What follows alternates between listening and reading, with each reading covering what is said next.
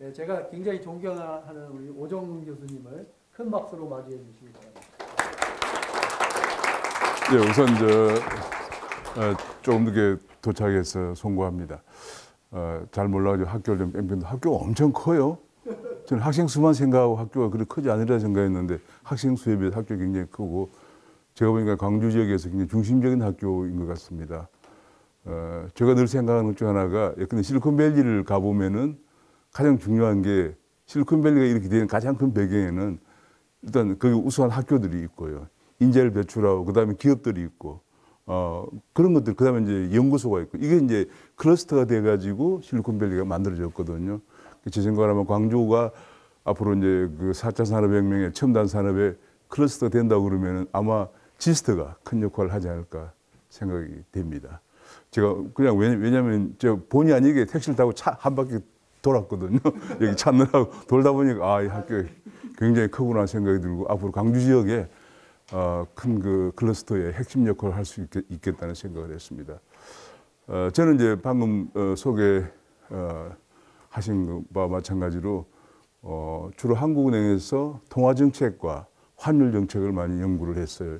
연구에서 공부를 하고 독일경제연구소에 근무하고 뭐 동남아 중앙은행 등등에서 해외도 한 10년 정도 근무를 하고 주로 통화정책과 환율정책 연구하다가 10여 년 전에 이제 고려대학교를 갔다가 이직을 했어요. 그리고 이제 은퇴를 하고 건국대학교 특임교수로 있다가 지금 그것마저 이제 퇴임을 했어요. 퇴임을 하고 지금은 학회장을 맡고 있는데 제가 2014년에 이 학회를 만들면서 가장 중요하게 생각했던 게 2014년경에는 사실 한국에서 핀테크에 관해서 관심이 별로 없을 때였어요.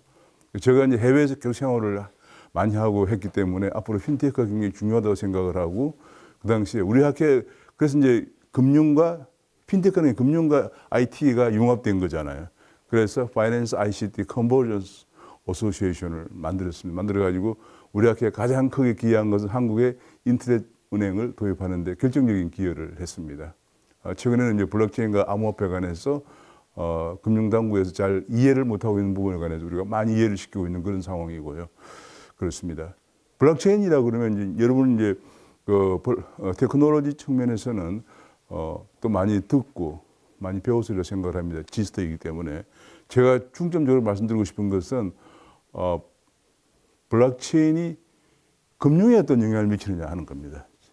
저는 생각에 앞으로 금융을 엄청나게 앞으로 수년 내에 엄청난 변화를 가져올 것이다 생각을 합니다. 그래서 최근에 제가 늘 얘기하는 것도 금융회사의 CEO들이나 누구 간부들 만나면은 IT 인력을 뽑아야 된다 얘기를 했고 저희가 학교에서 굉장히 정말 완전히 우리 학교에 기여라고 해도 과언이 아닐 정도로 왜냐하면 그 당시에 2014년, 15년마더라도 우리 금융당국이나 이런 데서 인터넷 전문은행이 뭘 하는지도 잘 모르고 있을 때였거든요. 많이 얘기하면서 드디어 법안이 이제 통과되고 난 뒤에도 제가 수차례 공개적으로 혹은 비공개적으로 그 인터넷 전문은행의 CEO는 IT 쪽에서 나와야 된다라는 주장을 계속했습니다. 왜냐하면 이것이 IT가 모티베이터가 돼가지고 파이낸스를 바꾸는 거거든요, 이게요. 그러면서 생각하면 테크핀이 맞을지도 몰라요. 테크놀로지가 발전하면서 금융을 완전히 변화시키는 그런 것이기 때문에 그런 주장을 했는데 이제 그보다 더 발전된 것이 이제 블록체인인데 이 블록체인 앞으로 저는 크게 금융면에서 세 가지 변화가 있으리라고 생각합니다. 하나는 오늘 강의 내용을 요약하면 그렇습니다. 크게 세 가지. 하나는 금융산업에 엄청난 변화를 가져올 것이다. 파이낸셜 인더스트리 자체에 엄청난 변화를 가져올 것이다. 지금 벌써 그렇게 되고 있고요. 두 번째로 큰 변화는 중앙은행, 제가 한국은행에 근무했지만 중앙은행의 통화정책 자체에 큰 영향을 미칠 것이다. 중앙은행 통화정책에 엄청 큰 영향을 미칠 것이다. 아직도 우리 중앙은행 사람들은, 한국은행 사람들은 제 후배들을 보면 잘 모르고 있어요. 공부를 많이 해야 되겠죠. 지금 엄청나게 기술이 빨리 변하는 시대이기 때문에 기술의 그 속도에 맞게 공부를 하지 않으면 안 되겠죠. 세 번째로 중요한 것은 국제금융제도에 엄청난 영향을 줄 것입니다. 국제금융제도에. 이 부분이 지금 굉장히 주목을 받고 있는데요. 일본 같은 경우에 2020년 동경올림픽 때 암호화폐를 상용화한다는 목표를 가지고 일본이 굉장히 박차를 가고 있거든요. 제가 얼마 전 우리 학교에서도 우리 영루 교수님도 일본을 같이 다녀왔지만은 굉장히 박차를 가고 있는데 그 이유가 뭐냐면 지금 국제통화제도는 유로화가 있긴 하지만 사실상 달러 중심 체제라고 해도 과언이 아니죠. 여기에 일본이 옛날에 한번 도전해 보려고 했어요. 언제냐면 1997년 동아시아 금융위기가 왔을 때 사실은 동아시아 금융위기 원인은 다른 게 아니고 미국의 돈들이 아시아 지역으로 많이 왔다가 돈이 빠져나가면서 아시아 지역에 외환이 부족해서 생긴 외환 위기죠. 그래서 그게 왔을 때 일본이 IMF와 같은 아시아 지역 내에 AMF, 에이시안 모니터리 펀드를 만들자라고 해서 자기들이 일본이 1,000억 달러를 내놓겠다 기금으로까지 얘기했는데 그건 바로 미국의 달러 기축통화체제에 도전하는 거거든요. 그래서 미국이 반대를 강력히 함으로써 성사가 되지 못했습니다. 왜냐하면 이제 미국 달러라는 것이 뭐 세계에서 기축통화로 하지만은 이미 유럽은 유로화라는 게 만들어졌고 그다음에 그러면 이제 아시아 지역하고 중남미 지역을 달러를 커버하고 있는 상황인데 아시아 지역에서 또 다른 통화가 만들어지거나 그러면은 이제 달러를 해봤자 위세를 부를 수 있는 데가 중남미밖에 없잖아요. 그래서 미국이 반대를 했죠. 그러다가 이제 2008년 글로벌 금융위기 왔습니다. 2008년 글로벌 금융위기도 역시 미국에서 돈을 많이 빼가면서 좀 이따 내가 보겠지만은 발생한 사건이죠. 아시아 지역 역시 돈이 많이 없어. 아시아 지역뿐이 아니라 중남미나 여러 돈들이 왜냐하면 돈이 많이 풀리면은 기본적으로 돈이라는 속성은 금리가 높은 지역으로 흘러 들어갑니다. 금리가 높은 지역에 가서 이자를 많이 수익을 얻어야 되니까 흘러 들어가는데 그 주로 이제 금리가 높은 나라들은 주로 디벨로핑 컨트리죠. 디벨로핑 컨트리에 가서는 이제 한참 뭘 많이 하니까 건물도 짓고 많이 하니까 금리가 높죠. 자금 수요가 높으니까. 그래서 그 흘러 들어갔다가 미국에서 돈을 빼가지고 가면은 그 나라들이 이미 건물도 짓고 공장도 많이 지었기 때문에 돈이 갑자기 나가면은 유동성 공백 상태가 발생하는 거죠. 그것이 2008년 글로벌 금융위기죠. 그래서 그 당시에 그때는 이제 중국이 나서 가지고 중국의 인민은행 총재와 프랑스의 사르코지 대통령이 이제 제3의 통화가 필요하다. 그 얘기는 달러, 유로, 그다음에 또 다른 통화가 필요하다라고 얘기를 했습니다. 그러다가 그것이 좀 추진되는 걸로 보였는데 왜냐하면 유럽과 중국이 이제 같이 손을 잡았으니까 보였는데 2011년에 뜻하지 않게 그리스를 비롯한 남유럽에서 위기가 발생하면서 사르코지도 거기에 휩쓸려서 권력을 내놓게 됐습니다. 그 바람에 그 문제가 묻혀 들어갔습니다.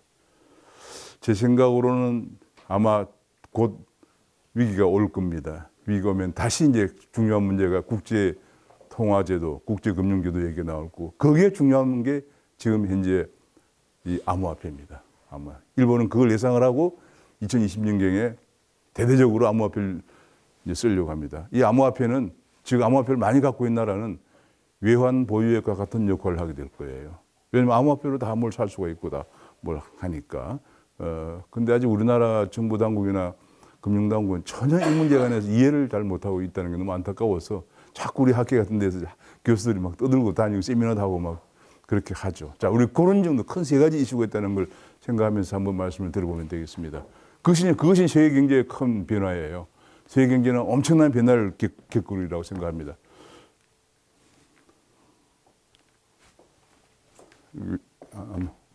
그냥 제가 좀 늦게 왔기 때문에 쉬지 않고 계속 2시간 반 정도 계속 하도록 하겠습니다.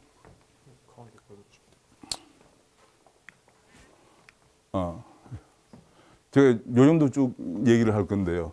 일단 이제 요까지가 이제 주로 블록체인이 가져오는 여러 가지 얘기들이에요. 블록체인이 뭔가, 그리고 암호화폐, 그다음에 디지털 금융, 화폐와 디지털 금융 어떻게 되나 등등 그런 거고, 요부터는 이제 디지털 금융을 가져오는 ICO가 지금 여러 가지 규제를 많이 받고 있는데 우리는 어떻게 해야 되나 이런 걸 제가 살펴보는 그런 분야가 되겠습니다. 우리가 잘 알지만 블록체인이라고 하는 것은 뭐 이미 여러분 많이 들어서 간단히 넘어가지고 가장 중요한 것은 경제학에서 제일 중요한 게 뭐냐. 경제학이 늘 관심 갖는 것 중에 하나가 거래 효율성입니다. 트랜잭션 코스트죠. 트랜잭션 코스트. 그걸로 노벨상 받은 사람이 올리버 윌리엄슨이라는 사람이 그걸 가지고 논문을 써가지고 노벨 경제상까지 받았죠. 두 번째가 뭡니까? 두 번째가 이 부분이에요. 신뢰성 문제. 이건 또 이렇게 되는군요. 야, 이거 뭐 완전히 역시 지스트는 뭐 달라요. 와, 이거, 새로운 거네. 아무 정신이 없네, 보니까. 저 처음 봤어요. 하여튼 근데 이게 신뢰성 문제인데요. 신뢰성 문제. 신뢰성 뭐냐면 금융거래 하는 데는 다 신뢰성이 필요하죠. 왜냐하면, 제가 이제 은행 사람들로 얘기하면 제일 골치던 은행이 뭐냐면 돈을 빌리러 오는 사람과 돈을 빌려주는 사람 간에는 서로 신뢰, 정보 비대칭성이 존재한다고 그래요.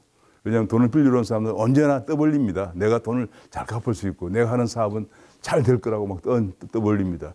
돈을 대출해 준 사람은 가만 보면 이 사람이 과연 그 사업이 잘 될까? 굉장히 걱정이 많이 되죠. 근데 저 사람의 얘기만 갖고 믿을 수가 없어요. 저 사람은 언제나 엄청나게 잘 될 거라고 얘기하고 온갖 재무제표 같은 걸 들고 와가지고 좋은 측면만 보여줍니다. 근데 우리나라 은행의 제일 문제가 뭐냐면 금융회사에 산업 전문가가 없어요. 주로 법대 상대해 놓은 사람 앉아가지고 예를 들어 어떤 사람이 뭐 이런 큰 IT 회사를 차렸는데 IT 회사 앞으로 잘 될 겁니다. 그러면 서울대 나온 사람 앉아가지고 그 처음 들어본 얘기라 그게 잘 될 건지 안 될 건지 도대체 알 수가 없단 말이에요. 지스대 나온 청년이 창업을 했어요. 창업을 했는데 앞으로 이 분야가 엄청 잘 될 거라고 얘기를 하는데 그래서 K은행에 가가지고 K은행에 가서 대출 받으려고 그러면 K은행 사람이 복과대학을 나왔어. 저는 잘 몰라. 그럼 어떻게 하겠어요? 그때부터 난리가 벌어지는. 그래서 어떻게 합니까? 우리나라는. 몰라. 당신 그 학교 어디 나왔지? 그것부터 물어봅니다. 나에게 너 친구 누구? 뭐, 야, 저녁 한 잔 먹으러 가자. 저녁 먹기 시작. 한 잔 먹으면서 이제 대개인데 대출 심사위원 술꾼들이 앉아 있어요. 그래서 대부분. 근데 그래 갖고는 안 되죠. 그게 정보 비대칭성 문제예요. 그 정보 비대칭성 문제를 연구해서 또 노벨상이 경제학상이 나왔습니다. 그 노벨 경제상을 받은 사람의 아내가 또 경제학자가 됐는데 그 사람이 자네 옐렌 페드 의장이 바로 옛날에 그 정보 신뢰성 문제를 가지고 노벨상을 받았던 에클롭이라는 사람의 부인이죠. 자, 그만큼이 경제학이 중요합니다. 그런데 이 두 개 문제를 일거 해결한 테크놀로지가 블록체인 테크놀로지예요. 그러니 얼마나 대단합니까? 저는 블록체인 테크놀로지를 개발한 사람에게 노벨 경제학상을 반드시 줘야 한다고 생각하는데 그 사람이 사라져 버려가지고 어디인지 알 수가 없으니까 줄 수가 없어요. 참고로 얘기하면 노벨 경제학상은 살아있는 사람에게 줍니다. 2009년도에 문명사적으로 저는 인류 문명을 바꾸는 중대한 발명이 두 개 있다고 생각합니다. 하나는 스마트폰이 나왔죠, 애플. 근데 애플 스마트폰은 한국에는 2009년인데 미국에서 2007년도에 나왔어요. 한국에서는 그 2년 동안 국가 안보를 이유로 허가를 하지 않는 바람에 2년 동안 사실 이게 굉장히 큰 한국의 이 IT 산업 발전에 장애 요인이 됐어요. 다른 나라는 스마트폰을 쓸 때 우리나라는 2년간 쓰지 못했기 때문에. 그러나 어쨌든 우리나라의 입장에서 본다면은 스마트폰이 나오고 그 다음에 비트코인이 2009년 1월 3일에 출시가 됐죠. 이 두 가지가 저는 21세기 인류 문명을 바꾸는 중대한 문명사의 사건이다 이렇게 생각을 합니다. 왜냐하면 스마트폰이 없었으면은 네트워크 시대가 안 되죠.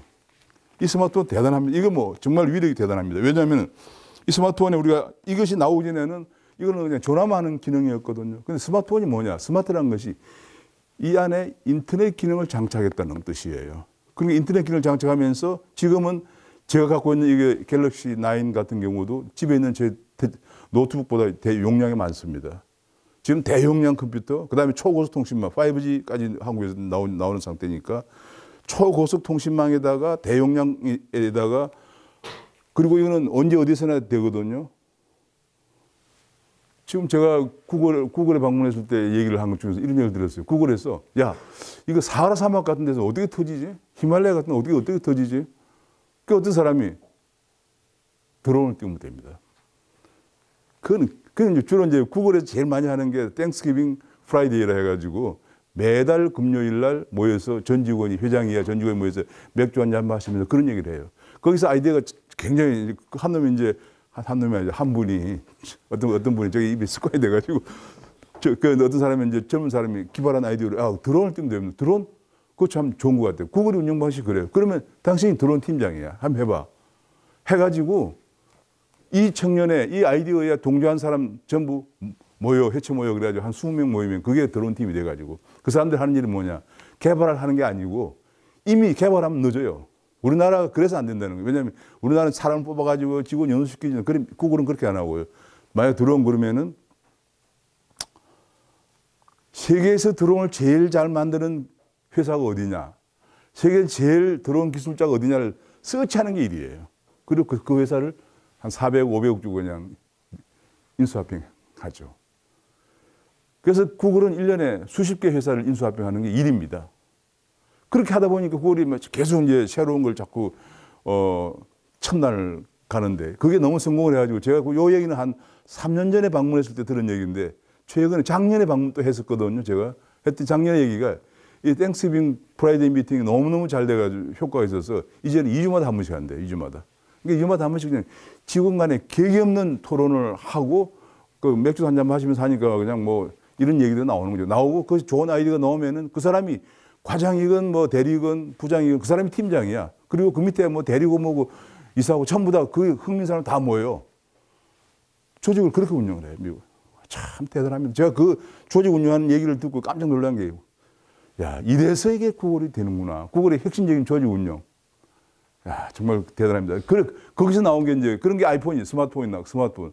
그래서 이게 전 세계를 완전히 네트워크 시대로 진입시킨 사건이고요. 두 번째가 이제 비트코인이죠. 비트코인, 우리가 잘 알는 비트코인이라는 것은 블록체인 기반으로 두 가지죠. 하나는 이제 블록체인은 비트코인을 출시하기 위한 기술, 기반 기술이 블록체인이죠. 그런데 암호화폐와 그 블록체인이라는 기술이 나오면서 세계를 이제 바꾸기 시작을 했다. 이게 이제 네트워크가 없었으면 안 됐을 거예요.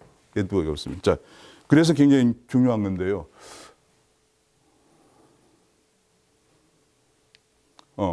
우리가 이제 그전에는 우리가 우리 잘 알지만 요거는 이제 이미 많이 들었을 테니까 중앙집중회계잖아요. 만약 은행 가서 거래를 하려고, 아까 지금 예금 대출 하려고 그러면 서로 믿지 못하기 때문에 제가 돈이 좀 필요해요. 그리고 이영래 교수님 돈이 남았습니다. 그러면 서로 돈을 주고받으려고 하는데 이영래 교수 볼 때, 오정은 이제 돈 잘 갚을까 안 갚을까 모른단 말이에요. 그러면 중간에서 은행이라는 게 존재하죠. 이게 이제, 제3의 신뢰기관이 존재하는 그런 시스템이었죠. 그런데 여기는 이제 엄청난 돈이 필요하죠. 제3의 신뢰기관에 수고비도 줘야 되고, 월급 줘야 되고, 그런 비용들이 들어가고 그렇습니다. 근데 이제 이 네트워크하고 블록체인 기술이 나오면서 거기 다 필요 없어지고 각 참여자들이, 노드라고 그러죠. 노드들이 다 피어 투 피어 거래가 가능하면서 노드들이 여기에 다 참여해서 그 원장을 갖게 되면서 중앙 제3의 신뢰기관이 필요 없어지는 이런 시대가 도래한 거죠. 이게 얼마나 큰 의미를 갖냐면은 인류가 지난 한 몇천 년 동안 제가 찾아보니까 중앙아시아의 하무라비 법전 때부터 인류는 지금까지 중앙 집권 체제였어요. 왕이 다 지배했죠. 지금도 우리나라는 제왕적 대통령제가 문제라고 하죠. 대통령 다 지고 있습니다. 모든 걸. 인사권을 지고 있기 때문에 그렇습니다. 그런데 이것을 지난 5,000년의 인류 역사의 그 유사 역사가 기록된 역사를 깨트리는 새로운 시작이 되고 있는 거죠. 분권화 시스템. 완전한 개인에게 자유를 주는. 우리가 자유주의 얘기합니다. 근데 저는 자유주의를 좋아하다 보니까 이것이야말로 이 개인에게 완전한 자유를 주는, 저는 아마 좀 지나면은 이것이 또 다른 측면에서 인류 역사의 새로운 페이지를 열 것으로 생각합니다. 왜냐하면 중앙에 아무도 컨트롤러가 필요, 궁극주는 중앙에 정부도 필요 없을지도 모릅니다. 좀 이따 얘기하겠지만. 자, 그런데 이제 거래 장부를 분산한다는 건 다 이제 여러분 아실 거고, 예를 들면, 그래서 이제 모든 게 다 직거래를, 이게 뭡니까? 이게 참, 약간 좀, 제가 서툴러가지고. 이게 이제 아까 중앙기관인데, 예를 들면, 아까 지금 예금과 대출 들어가는 은행이 필요하고, 은행과 은행 간에는 금융결정이 필요합니다. 또 은행과 은행 간에 중앙은행이 있어야죠. 주식 같은 거는 예탁결정이라는 게 존재하죠. 지금 우리가 이제 만약에 미국에 있는 우리 아이들한테 돈을 한번 보낸다 그러면은 우선 은행에 갑니다. 은행에 달러를 바꿔서 은행에서 보내면 또 우리나라 금융결정을 거쳐가지고 국제결제망을 거칩니다. 국제결제망을 거쳐서 그다음 미국에 있는 은행을 가가지고 뱅크 오브 아메리카 이런 데 가가지고 또 이제 미국에도 금융결정원이 있어요. 가가지고 은행 거쳐서 이렇게 이제 가면은 최소한 며칠 걸리겠죠. 수수료도 최근에 조사한 걸 보니까 평균 수수료가 국제적으로 수수료가 한 7% 된다고 그래요. 많은 돈이죠. 그건 금융 계정을 갖고 있을 때 얘기입니다. 최근에 우리나라에 들어와 있는 외국인 노동자가 한 250만 명 되는데 이 사람들이 보통 30% 정도 수수료를 떼고 있다. 자기 고국에 있는 가족한테 돈을 보내는데.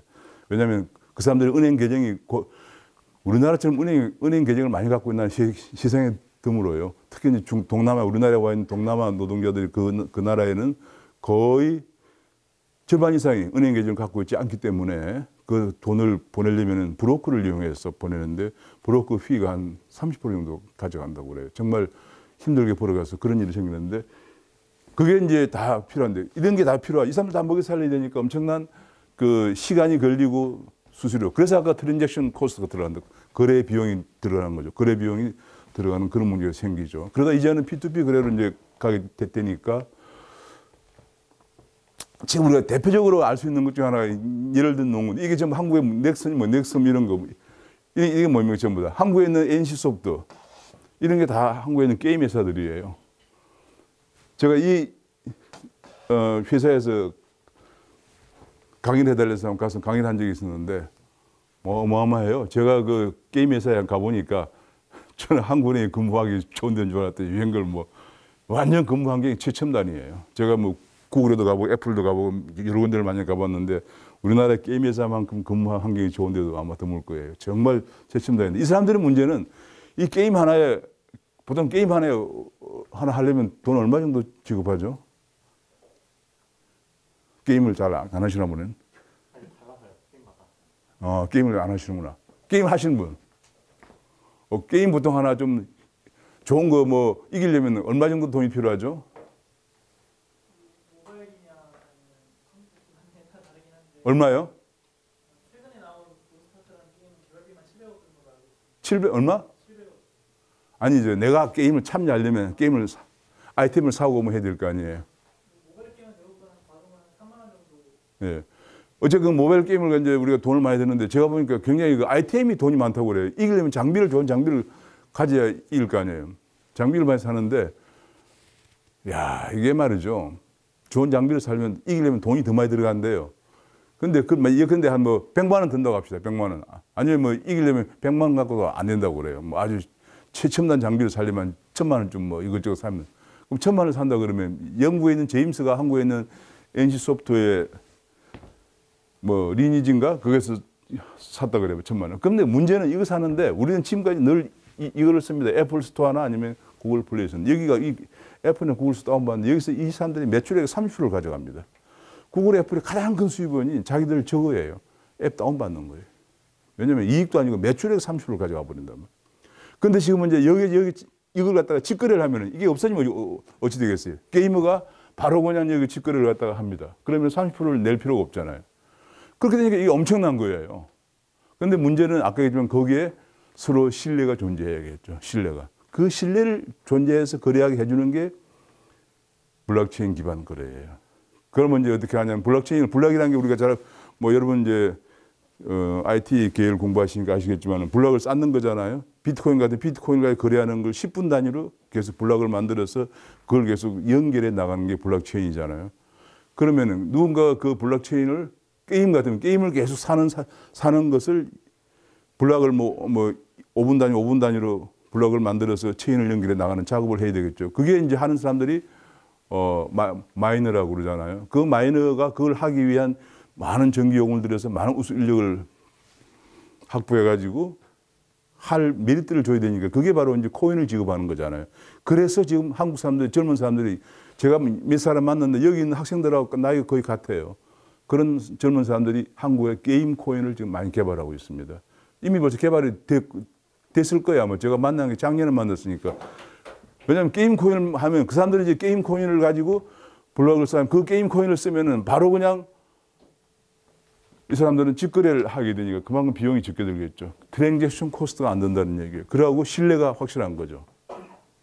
그런 문제가 있습니다. 그래서 이제 그만큼 이것이 예를 들면 요게 아주 쉬운 예를 든 건데 얼마나 블록체인 기반으로 한 거래와 그 블록체인 기반 거래를 가능하게 하는 암호화폐가 중요한 걸 알 수가 있고 이것이 얼마나 거래 효율성을 높이고 신뢰를 쌓을 수 있는 걸 알 수가 있고 따라서 이런 걸 하려면 암호화폐가 꼭 필요하다.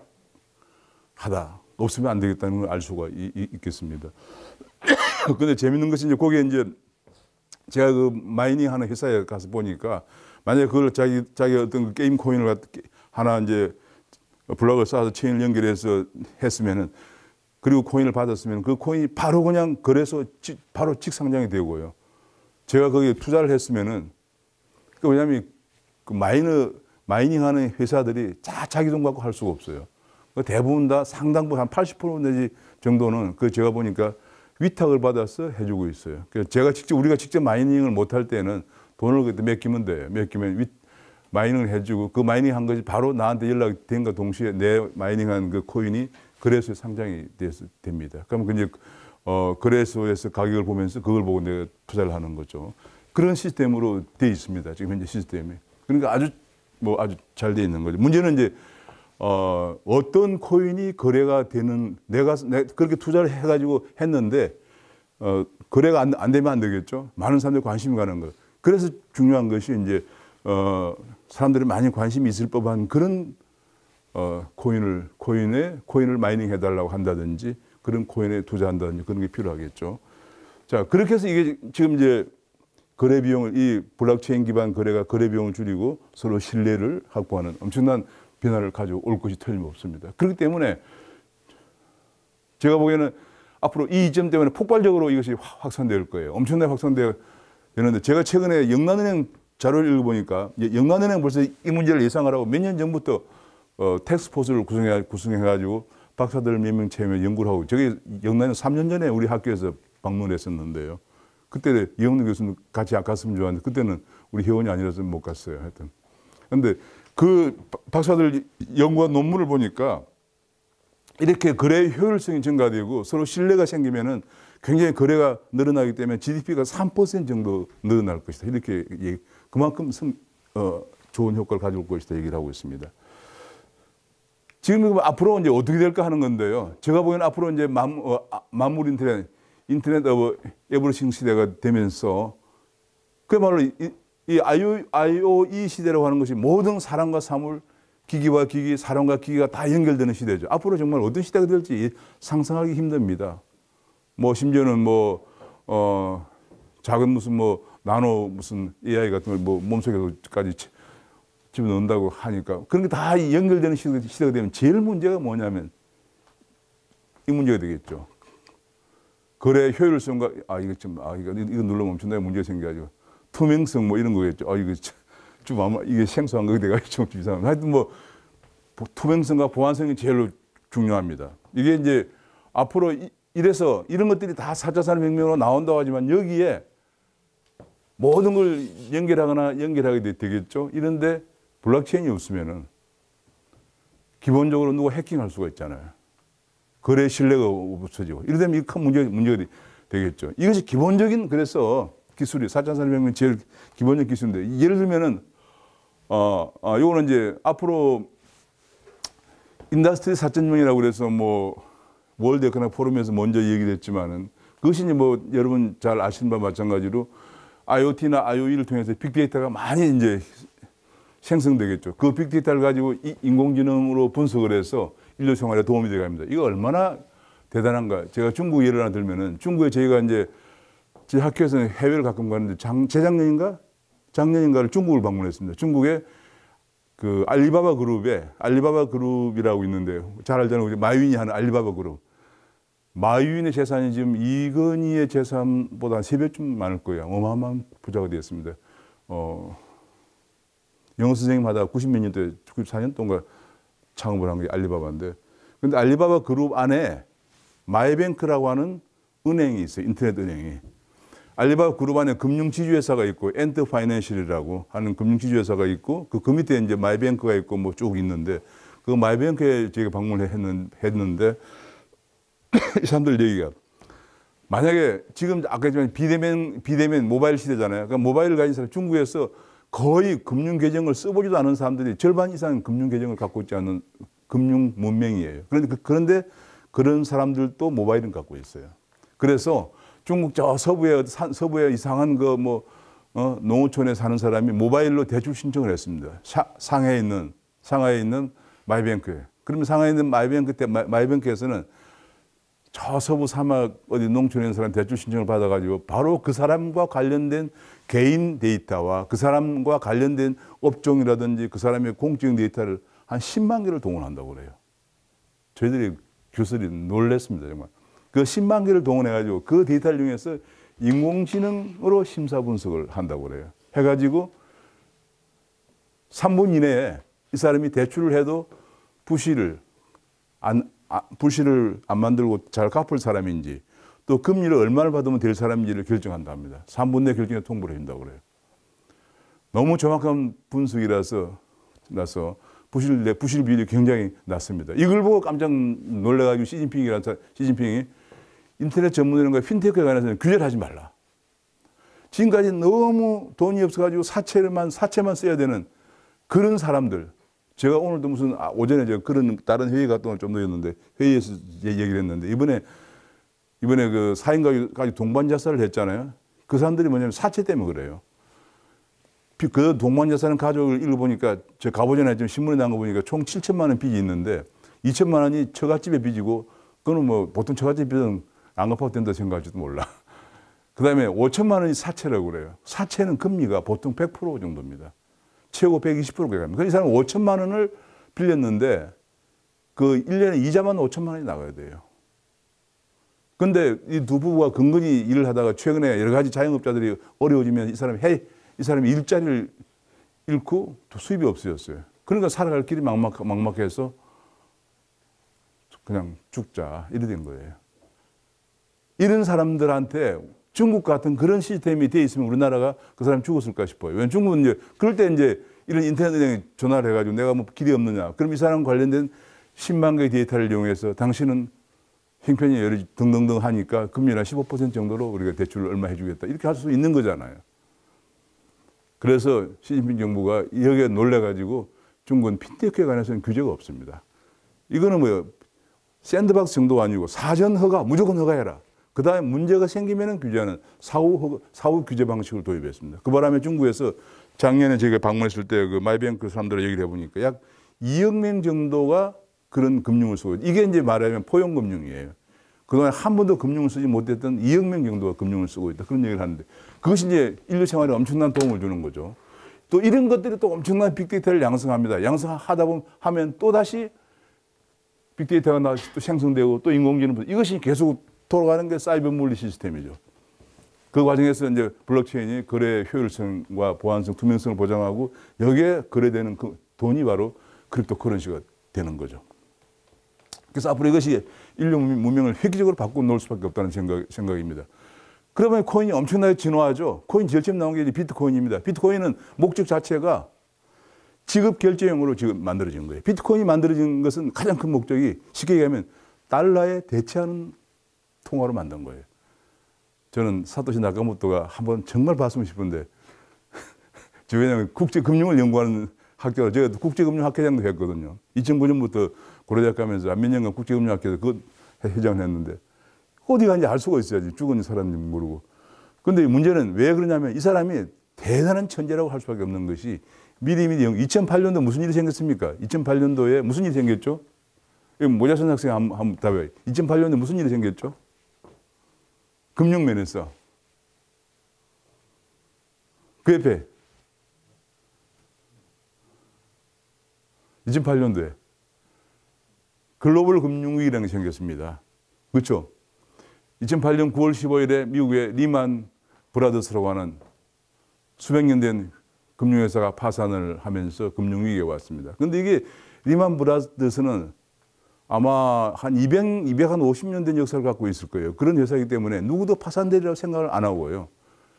9월 15일 전까지도, 직전까지도 사람들이 투자금을 맡기고 그랬어요. 그런데 사실은 너무 손실을 많이 봐가지고 이미 분식 회계를 통해서 강건히 버텨 나왔었는데 드디어 못 견디고 9월 15일에 파산 선고를 했습니다. 그것이 시발이 돼가지고 글로벌 금융위기가 왔거든요. 그래서 그게 2008년 9월 15일입니다. 그런데 사토시 나카모토가 비트코인을 내는 건 언제입니까? 이 논문을 쓴 게 2008년 10월 달에 논문을 쓰고요. 비트코인을 출시한 게 2009년 1월 3일입니다. 다시 말하면은 더 이상 달러의 체제는 안 되겠다. 생각을 딱 깔고 있는 거예요. 비트코인을 달러에 대체하는 국제 통화로 써야겠다라고 생각한 거죠. 그래서 근데 그 사람이 숨지 않으면 살아남을 수 있을까요? 왜냐하면 달러 기축 통화는 어마어마한 겁니다. 그냥 생긴 거 아니에요. 2차 대전이 미국이 성전국으로 돌아갔기 때문에 달러 기축 통화 생긴 거예요. 2차 대전 전에는 무슨 돈이 기축 통화였죠? 저 안경 쓰시는 학생 한번 얘기해 봐요. 2차 대전 전에는 달러 전에는 뭐였나요? 영국의 파운드화였어요. 그걸 팍스 브리테니카라고 그러죠. 그리고 2차 대전이 종전이 되면서 영국은 독일이 하도 미사일을 쏴가지고 다 그냥 파괴되고 미국은 하와이만 폭격받고 그대로 살아남으면서 무기를 팔아서 엄청난 부자가 되었죠. 그래서 미국이 2차 대전이 끝나면서 달러 기축통화 시대가 열린 거거든요. 그런 거예요. 돈이라는 게 그만큼 무서운 거예요. 그런데 이걸 갖다 갑자기 어느 날 내놓겠느냐고요. 그래서 이제 이걸 뭐 그거 가지고 먹고 사는 미국의 월가의 어마어마한 금융회사들이 많잖아요. 이거 함부로 도전하면 언제 어느 새 죽을지도 몰라요. 사토시 나카모토는 숨을 수밖에 없는 인재예요.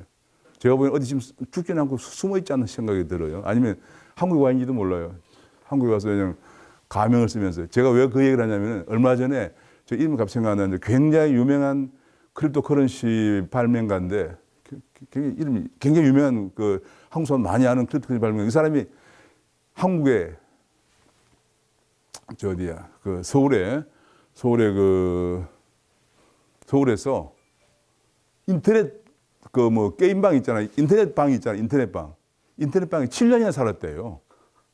왜냐면 한국처럼 인터넷방이 잘 되는 데가 없다는 거야. 게임방이 대행 뭐 화면에다가 뭐 대용량에다가 뭐 스피디하게 너무 잘 돼가지고 거기서 자기가 뭘 생각? 거기서 크립토 커런시 생각했다는 거예요.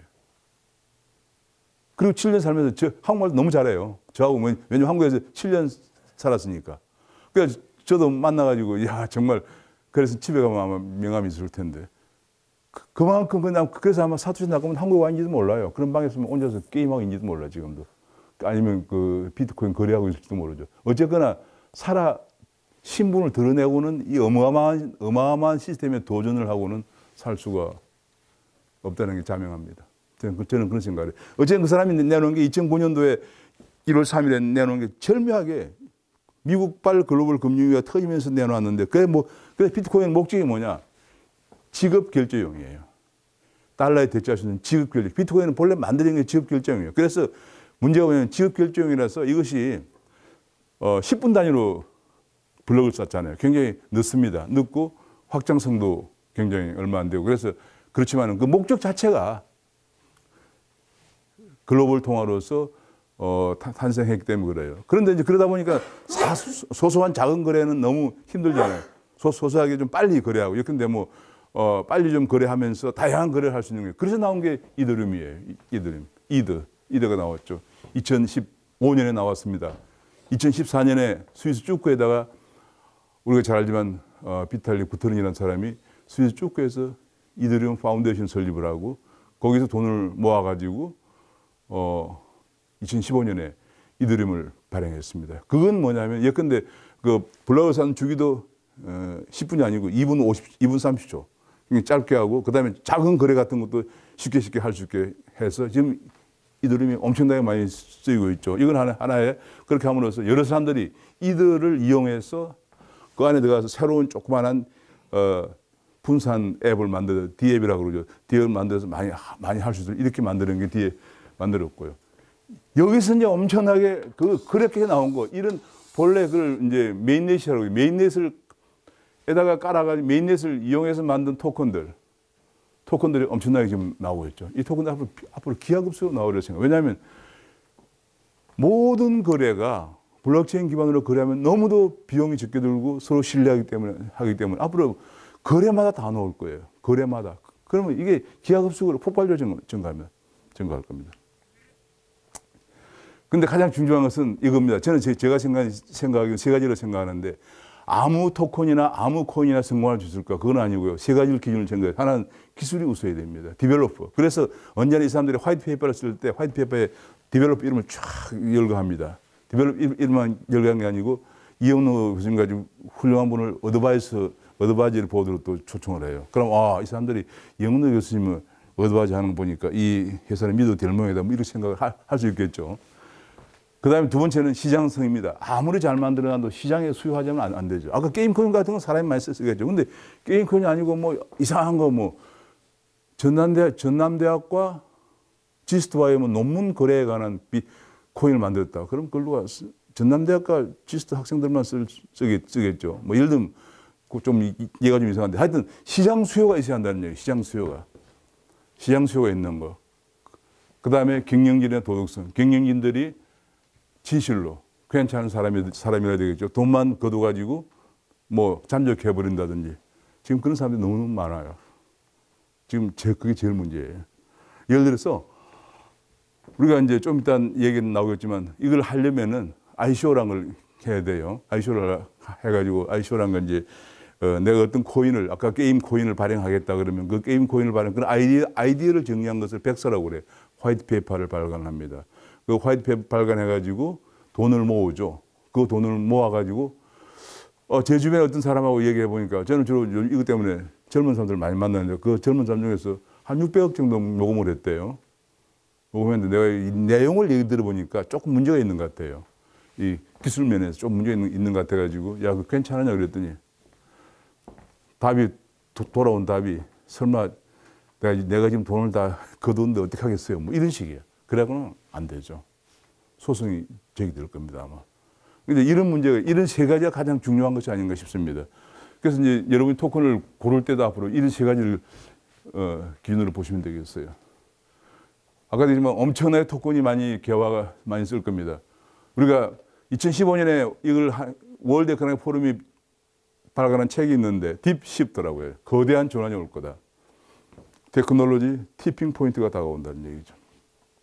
그리고 그것이 사회에 엄청난 임팩트를 줄 거다 이런 얘기 한 건데 이 사람 얘기는 이 책에서 여러 학자들이 분석을 한 거예요. 굉장히 많은 사람들이 800여 명의 전문가가 참여한 건데 2027년에 GDP 10%가 블록체인 화폐로 보관될 거다.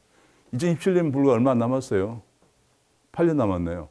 근데 이게 얼마나 놀라운 거냐면은 GDP 10%라면 제가 집에서 이제 IMF 자료를 해보니까 2027년이면 대체로 GDP가 약 140조 달러 정도 돼요. 140조 달러. 그 140조 달러의 10%면 14조 달러예요. 그 14조 달러가 블록체인 암호화폐로 거래가 될 거거든요. 지금 암호화폐 시총이 얼마냐? 지금 암호화폐 시가총액이 지금 아마 1,900억 달러 정도 되나요? 예, 하면 그 정도예요. 그러니까 지금 쉽게 얘기하면 그냥 앞으로 이 사람들의 전망, 800명의 전문가가 전망한 거 보면 10년 뒤에는 지금의 시장의 100배까지 늘어날 거다 보는 거예요. 어마어마한 겁니다.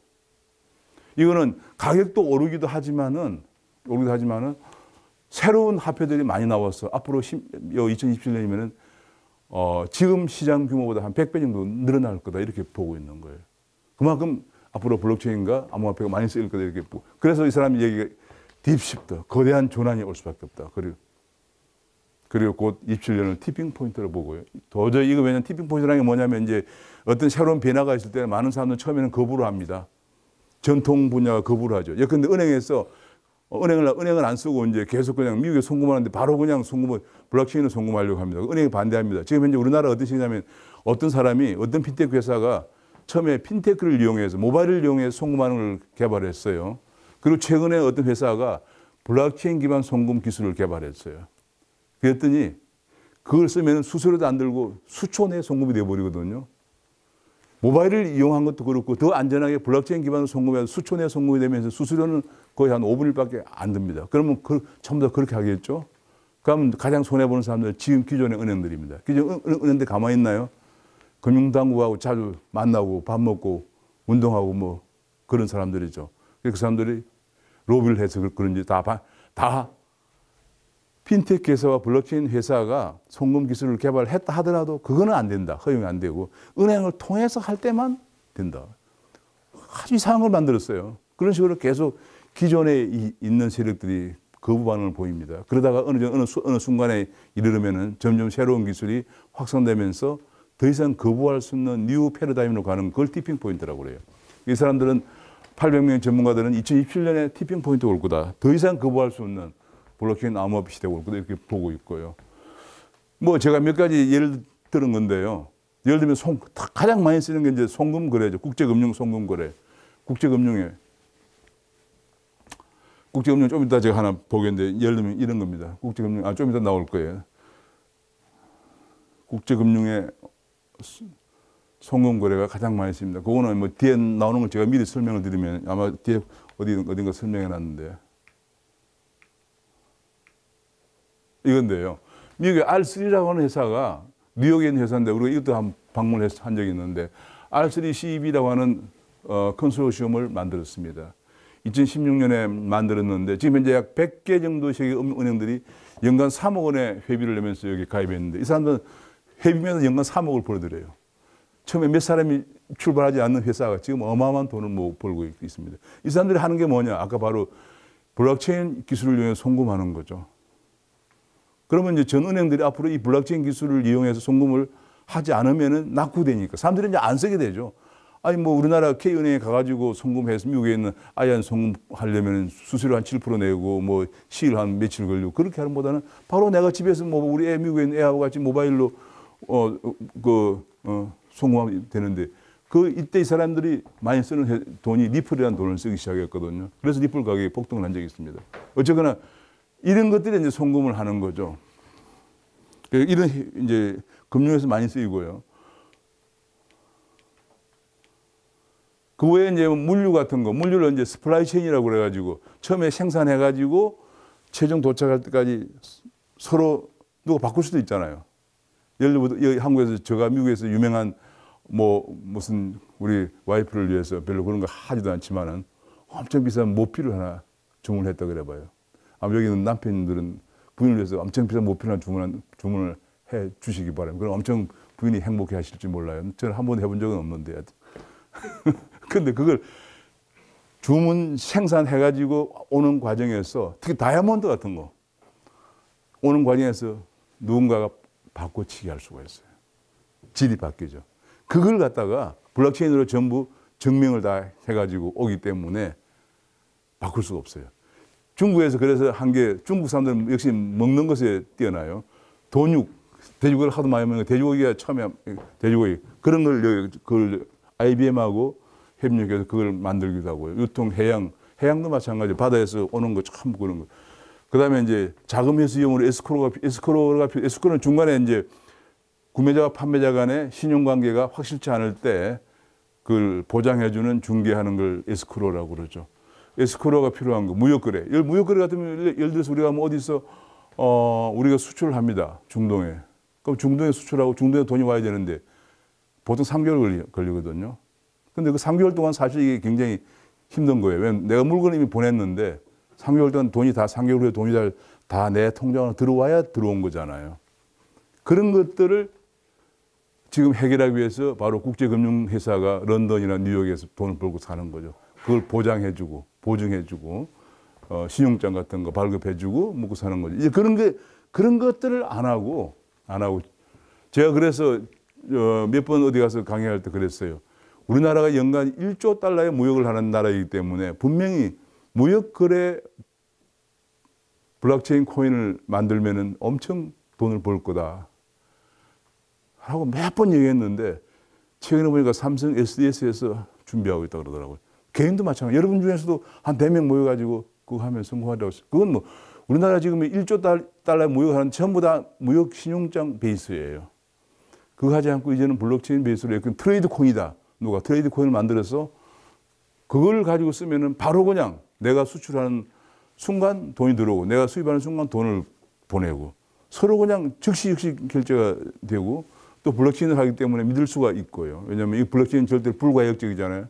왜냐하면 블록을 만든 체인까지 연결하니까 불가역적이고 그런 것은 반드시 잘 되리라고 봅니다. 뭐 그런 것들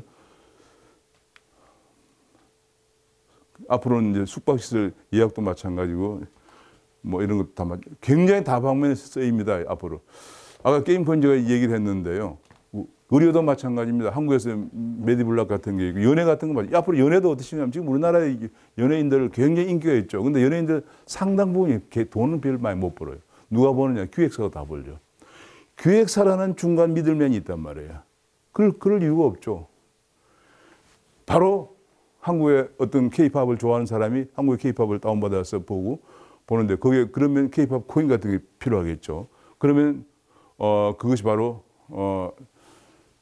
오리지널 그 뮤지션한테 가고 그런 식으로 이제 하는 시스템들, 화장품 이런 것들. 최근에 이제 지역 화폐라는 걸 만들어서 굉장히 인기가 올라간 사람이 있습니다. 글로스퍼라고 해가지고 지역 화폐를 만들었는데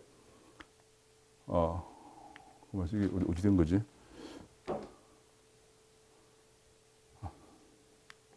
아무튼 조금 이게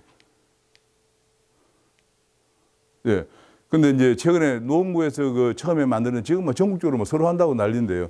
그 지역 화폐는 이런 개념인데 그 노원구에서 만든 건데 글로스퍼가 만들었는데 사회 봉사를 하거나 그러면은 지금 봉사하면은 그냥 무료로 봉사하거나 아니면 뭐 정치인의 와이프가 뭐 봉사를 한다든지 이런 거잖아요. 근데 그렇게 하지 않고 노원구 내에서 봉사를 하면 그 봉사한 사람에게 노원 코인을 지급했어요. 그리고 노원 코인을 그 코인은 노원구 내에 있는 가게에서 물건을 살 수가 있어요. 그렇게 하면서 봉사를 많이 하는 인센티브도 주고 노원구 내 가게의 매출액도 올리는 그런 그 노원구의 경제도 살리는 그런 그 시스템을 도입한 거예요.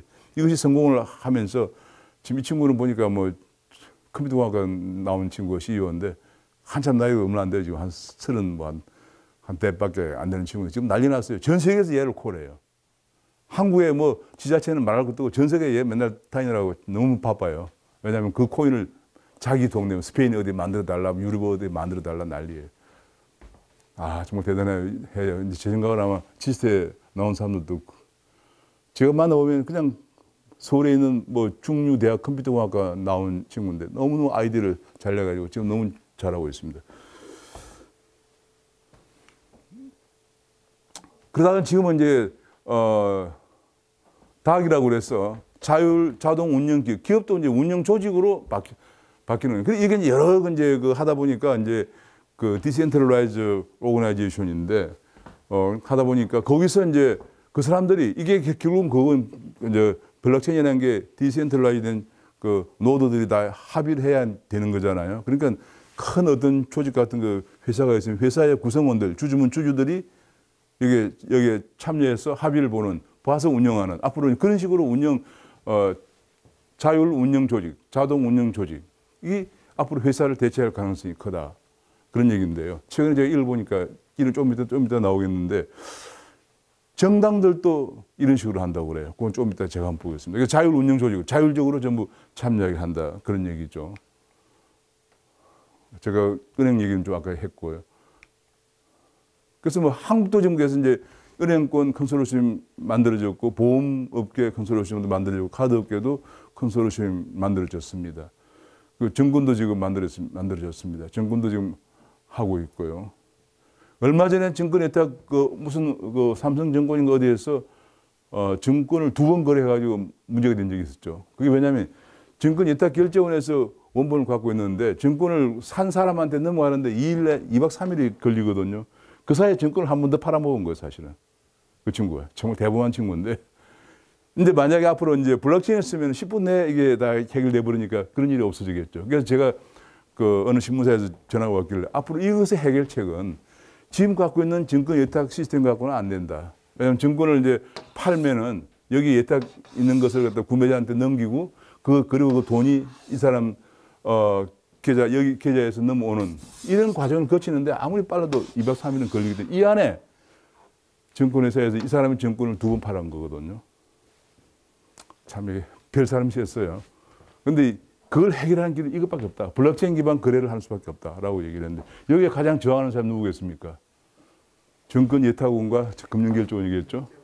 예, 증권 예탁원 그 금융결제 우리는 뭐 먹고 살아라고 그래요 지금. 그것이 저항이 굉장히 엄청납니다. 자, 그 다음에 이제 보험업계도 마찬가지로 미국의, 유럽의 보험회사들이 블록체인 컨소르시엄 B3I를 결성해가지고 하고 있고요. 지금 거의 모든 금융계가 지금 난리가 났습니다. 유통분야 아까 제가 얘기했죠. 그 스플라이체인 같은 얘기를 했고, 제가 실제로는 그래서 이제 보면 물리적인 로케이션, 물리적으로 내가 산 물건이 어느 컨테이너에, 어느 창고에, 어느 선반에 있느냐까지 추적이 가능하다고 그래요. 그리고 논리적으로 지금 건품 중이냐, 보관 중이냐, 포장 중이냐, 파킹 중이냐, 이송 중이냐까지 가능하고요. 정말 대단합니다. 그래서 아까 중국의 그 돈육 같은 것도 확실하게 이제 지금 어디 내가 산 돈육이 어디에 있는지 뭐 그런 게 다 되고요. 제가 만나봤던 사람 중에 이제 이거 에버레저라고 하는 다이아몬드는 본래 이게 사기꾼이 많거든요. 다이아몬드 에버레저를 개발한 사람이 정말 제가 작년에 우리 학교에서 스위스 축구를 갔는데 그때 안 가셨죠? 축구에 스쿨 오브 인포메이션 테크놀로지 있는 교수가 이걸 만들었더라고요. 생긴 것도 꼭 그 비탈릭 부트린처럼 괴상하게 생겼는데 머리는 좋은가 봐요. 이걸 만든 이 사람은 돈박스에 완전히 올라앉았어요. 왜냐하면 전 세계 다이아몬드를 거래하는데 그런 아까 얘기한 블록체인 그 인정을 도입해가지고 원산지를 증명하는 인정을 도입해서 이 사람이 그 인정을 쓰면 블록체인이 처음에 광산에서 원광을 캐가지고 가공해서 또 시공을 해서 돌아오는 데까지 완벽하게 완전하게 믿고 블록체인을 쓸 수 있는 그런 시스템이에요. 한국에 한번 좀 초청하려고 그러는데 돈을 많이 달라고 그래가지고. 이건 이제 중국에 아까 얘기한 그리고 아까 요거는 제가 무역 얘기인데 요거는 굉장히 앞으로 아마 큰 시장이 될 거로 생각을 합니다. 아까 요거는 컨텐츠 마찬가지고요. 게임 같은 건 제가 좀 얘기했고 뭐 앞으로 이제 포인트 같은 거 뭐 마일리지 같은 것도 이렇게 될 가능성이 있고요. 제가 보니까 거의 모든 것이 지금 이제 모든 것이 블록체인으로 암호 자산으로 바뀔 겁니다. 이런 얘기까지 나와요. 예를 들어서 이제 63빌딩이 있다 그러면 뭐 아니면 뭐 이게 지스타 건물로가 만약에 학교가 너무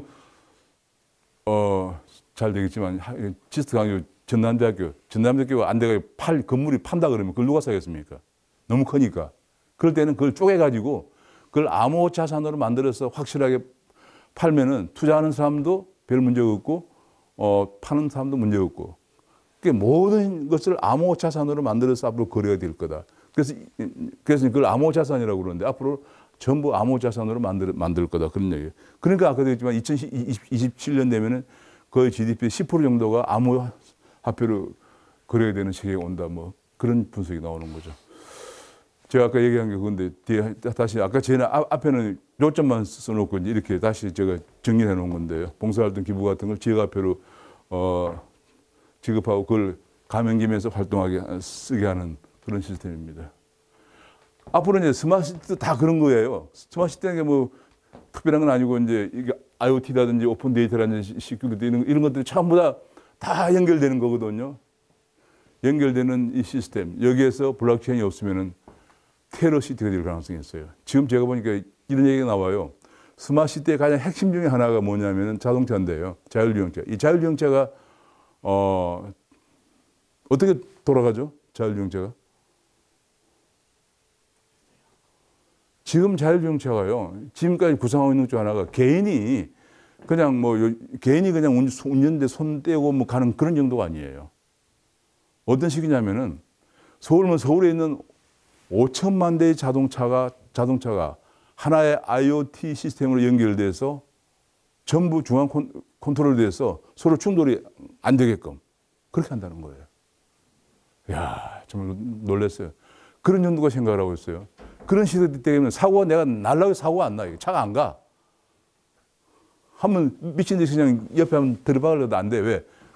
그 시스템에서 다 움직이니까. 그런데 문제는 어디서 나쁜 데서 와가지고 서울을 혼란에 빠뜨리려고 거기 누구 해킹한다 그러면 그 시스템에 어떤 문제가 생기겠습니까? 난리가 나죠. 그래서 블록체인이 없으면 안 된다는 거예요. 블록체인이 그만큼 중요하다는 거예요. 그래서 이게 스마트 시티는 그런 연도까지 생각을 하고 있기 때문에 지금 구성하고 있는 스마트 시티 예컨대 이제 해운대하고 몇 군데 정부가 생각하고 있는 그 스마트 시티 구성이 그런 정도입니다. 그런 정도이기 때문에 이게 거의 자동적으로 돌아가도록 사람이 아무 일을 하지 않더라도 운전도 안 하고 하더라도 다 돌아가도록 이렇게 하는 시스템이기 때문에 집에도 밥을 하려고 와이프가 애를 안 써도 몇 시간 되면 자연히 밥을 돼 있고 내가 가면 먹기만 하면 되고 어쩌면 재미가 없지도 몰라 그죠? 뭐 부부간에 싸우는 것도 없어지고 말이죠. 밥 했나 물어보고 이제 그런 좀 폼되는 게 있는데 그것도 없어지고. 하여튼 그런 식으로 간다는 얘기예요. 그러니까 이게 거기에 문제는 블록체인 기반이 아니면은 테러 시티가 될 가능성이 있다는 게 제일 큰 문제고요. 실제로 아마 이게 지금 적성 국가라면 좀 못하고 많은 그런 나라에서 좀 연구들을 많이 하고 있다고 그래요. 어떻게 하면 저런 데를 공격할 수 있나 하고 또 연구도 하고 있다고 그래요. 중국은 지금 그래서 항저우를 지금 이제 그 블록체인 시티로 만들려고 2025년에 완공한다고 그래요. 그런 시티로 만드는 거죠. 완전히 모든 걸 다 이렇게 이제 전부 그 블록체인 기반으로 움직이도록 이렇게 2025년까지 하는데 그 연구소를 그걸 하기 위해서 연구소 하나 만들었는데 쌍해 푸동지구에 있는 연구소를 하나 만들었습니다. 그러다 보니까 여기에 이제 이게 블록체인이 하나 갖고 안 되고 전부 여러 가지 기술을 결합해 가지고 하는 컨소르시엄이 굉장히 많이 발달하고 있는데요. 뭐 이런 것들 쭉 나와 있는데 대표적인 게 이제 이런 것들이에요. 우리가 알지만 R3 아까 지금 R3 미국에서 R3 컨소르시엄 전 세계 100여 개 금융기관들이 참여해서 만드는 거. 그다음에 하이프레저 같은 거 리눅스 재단이 관리하는 이것도 역시 한 100여 개 금융회사와 비금융 IT 기업들이 참여하고 있고요. 그다음에 일본 SBI 금융이 주도하는 거, 중국의 차이나레저. 한국은 별로 없는 것 같아요. 한국도 앞으로 이제 아까 했지만 현재 적계, 뭐 금융계, 은행계, 뭐 증권계, 보험업계 등등 이렇게 하고 있는데 한국도 점점 이런 게 좀 크게 많이 나와야 할 걸로 생각을 합니다.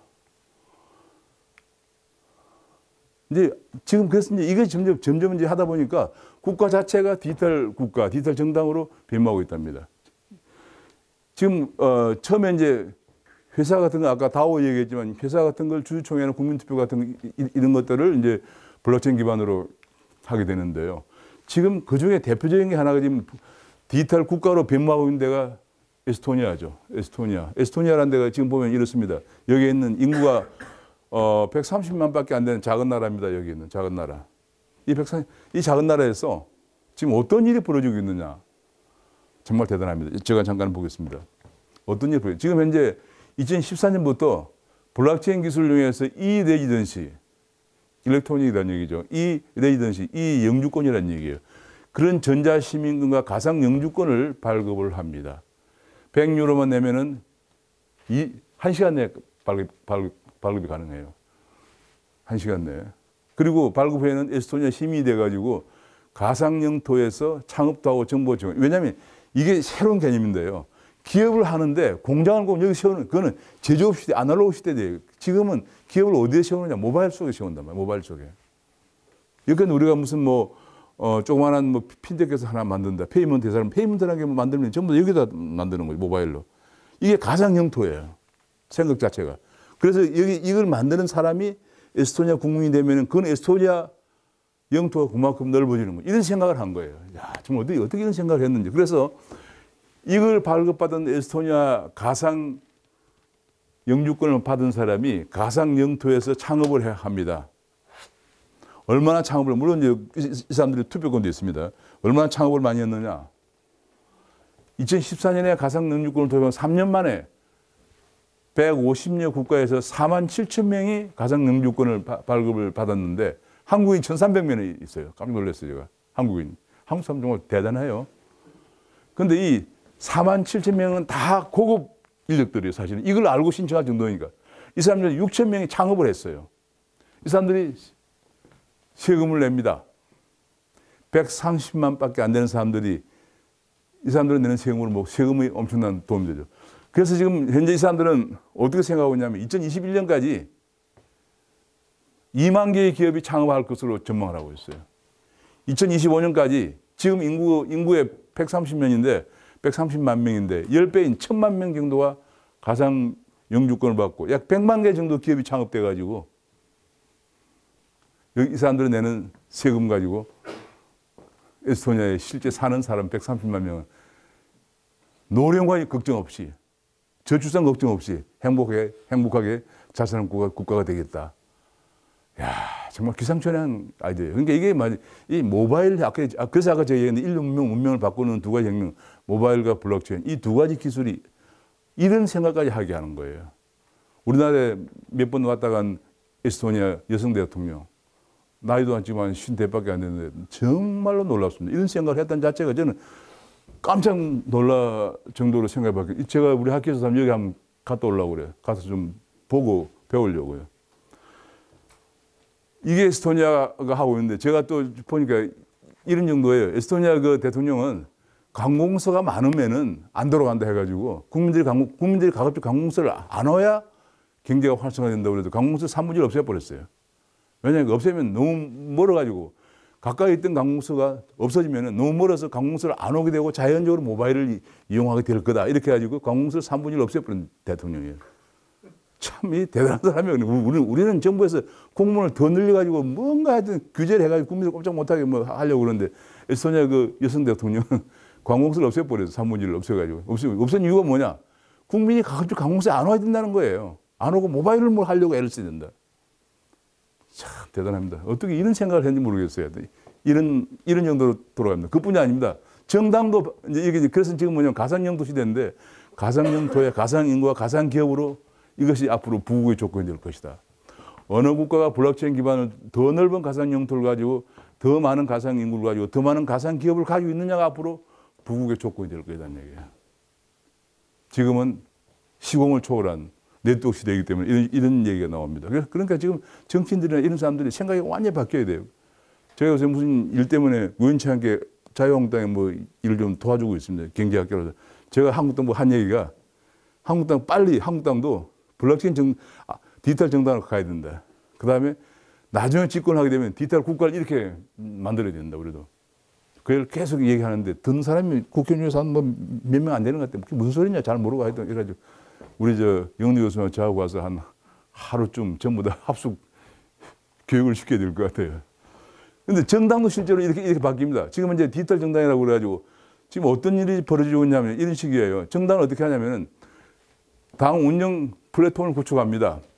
그리고 디지털 아이디를 발급을 해요. 아까 그 에스토니아에서 디지털로 영주권을 발급하는 것과 마찬가지죠. 블록체인 기반 아이디를 발급합니다. 그러면 확실하게 옛날에 뭐 민주당에서 옛날에 뭐 박지원하고 지금 대통령 문재인으로 당대표 뽑을 때 뭐 그거 진짜 그 사람 투표냐 아니냐 서로가 싸우다가 박지원이 아이고 그만 안 싸우겠다 포기한 적이 있었는데 실제로 지금 블록체인 기반이 아니면은 2중, 3중으로 전화번호만 가지고 투표해도 잘 몰라요.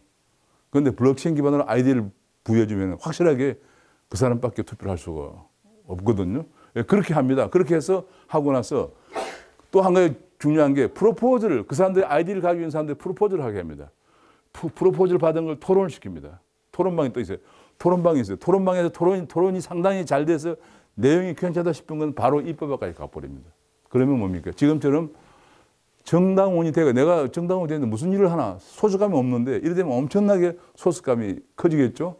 지금 한국당 하더라도 뭐 매월 당비를 내는 사람이 한 35만 명쯤 되는데요. 그 35만 명의 대부분이 관심이 없어요. 근데 만약에 이런 걸 한다 그래봐요. 근데 여기 있는 지스트 학생들이 지스트에 뭐 학생들은 등록을 면제해야 된다. 이런 걸 누가 냈다고 그래봐. 그럼 뭐 그 토론에 붙여가지고 전담대학은 안 된다. 우리는 안 하고 또 뭐 시스템을 해주냐 뭐 싸우다가 아이디어가 좋아지면 좋은 아이디어가 나오면은 그걸 입법하는 이런 방식으로 가면은 굉장히 많은 사람들이 참여하게 되고 민주적 절차가 당연히 운영이 되겠죠. 당 대표나 대선 후보도 이 디지털 아이디를 이용해서 당원이 직접 투표를 하게 되고요. 그 외에도 이제 비당원과도 의사소통을 하는 그런 기반을 확충하고 해서 그리고 또 러닝도 하고요. 이렇게 해서 지금 이제 이렇게 해가지고 가장 성공한 데가 어디냐? 제가 이게 하나 이게 이제 영국 이태리의 오성운동이라고 하는 파이브스타 무브먼트라고 하는 건데요. 이 오성운동이 이게 이제 대표적인 플랫폼인데 여기 이제 플랫폼에 여러 가지 뭐 많아요. 미트업도 있고 뭐 액티비스트도 있고 뭐 여러 가지 좀 많이 있습니다. 뭐 이러닝도 있고 여기 이제 프로포즈도 하고 뭐 하는 건데 이게 2009년도에 창당이 됐는데 2013년에 제3당이 됐어요. 2016년에 로마 시장과 트리노 시장을 배출해서 전국 경로를 구성한 후에 2년 뒤 2018년에 집권을 했습니다. 이게 왜냐하면 이 사람이 좌파도 이 정당은 좌파 정당이에요. 좌파도 우파다 그걸 떠나서 이런 디지털 정당이 국민들에게 얼마나 호응이 좋았는가를 보여주는 대표적인 케이스예요. 자, 그러다 보니까 한국에서 지금 난리가 났습니다. 지금 제가 최근에 막 그런 일을 하기 시작했더니 여러 군데서 지금 막 이거 만든다고 난리예요. 그래가지고 지금 IT 업체들 몇 군데 막 계약을 하고 지금 난립니다. 이렇게 되면 한국 정당도 엄청나게 바뀌겠죠. 그다음에 이제 이런 암호화폐에 대해서 교수님 예. 여기 좀 쉬었다 할까요? 좀 쉬었다